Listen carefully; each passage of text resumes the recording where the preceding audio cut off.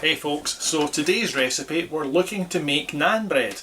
It's another simple dough. It does have its difficulties when you're making it. It's a very tacky dough, so you'll make to the recipe and then you might just need to add a little bit more flour as you go on so it's not so tacky that it doesn't want to come away from your hands.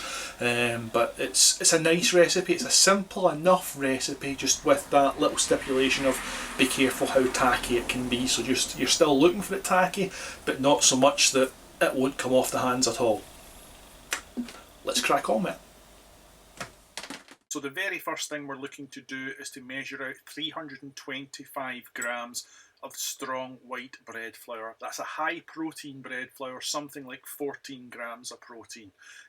This is a Manitoba Canadian one I'm using, but also Alison's very strong bread flour is also really good. And to the flour we're going to add 1 teaspoon of sugar and 1 teaspoon of salt.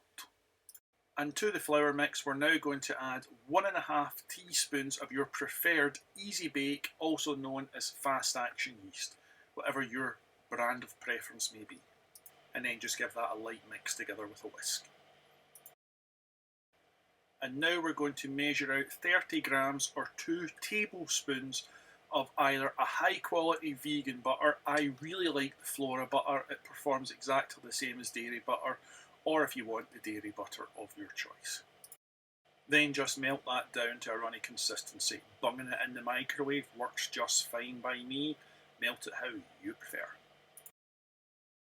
And then make a well in the very centre of your flour, and you're going to add 125 millilitres or 5 tablespoons of yogurt.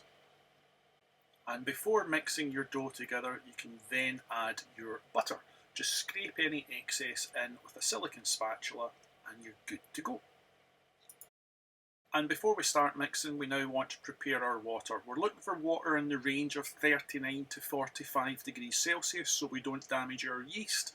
It's very easy to figure that out. That is just about always 2 parts cold to 1 part boiled, and that gets you in the zone that you need to be, with minor adjustments sometimes needed, but most of the time you're there. And just from a slightly different angle so that we can actually see the dough coming together, we're adding our yogurt followed by the butter.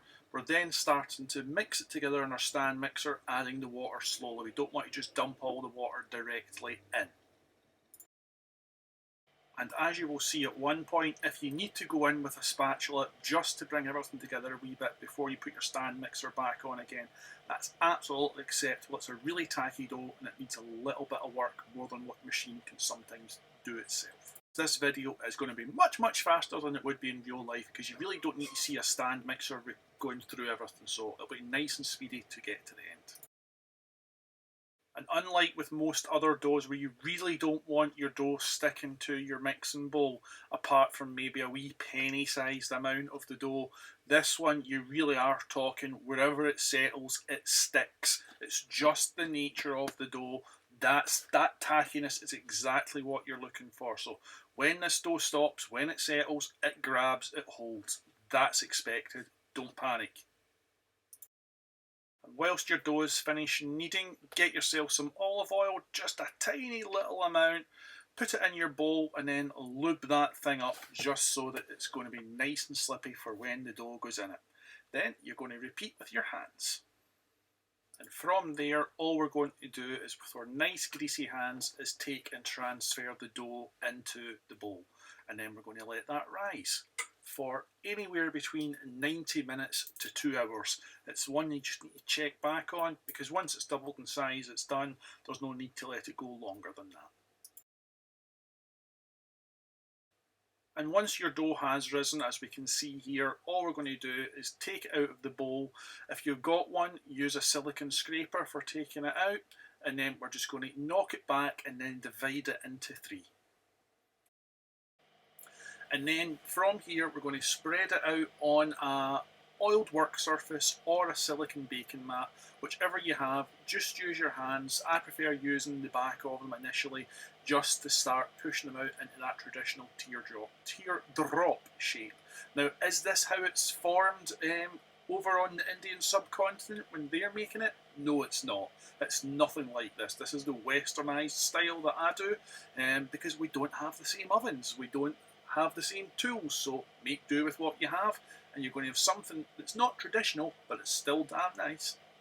And once we have it shaped, we're going to cook them for 3 minutes each side on a medium-high heat until you get this sort of nice mottled effect across it. So on a dry non-stick pan, this is what we're looking for. Then take some melted butter, spread it across the top of your naan so it soaks in, and then add the toppings of your choice. I like chia seeds, I like black onion seeds, I like some garlic powder and some cheese. Your choice, go with what you like.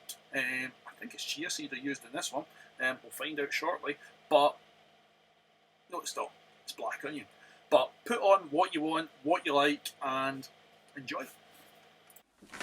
So that's it, naan bread made. Easy peasy. I can't eat it and tell you how good it tastes, trust me it does, but this is for tonight's dinner. One for me, one for the lad and one for the wife, so smells good, but I can't touch it. Thanks for watching, let me know how you get on, and see you later.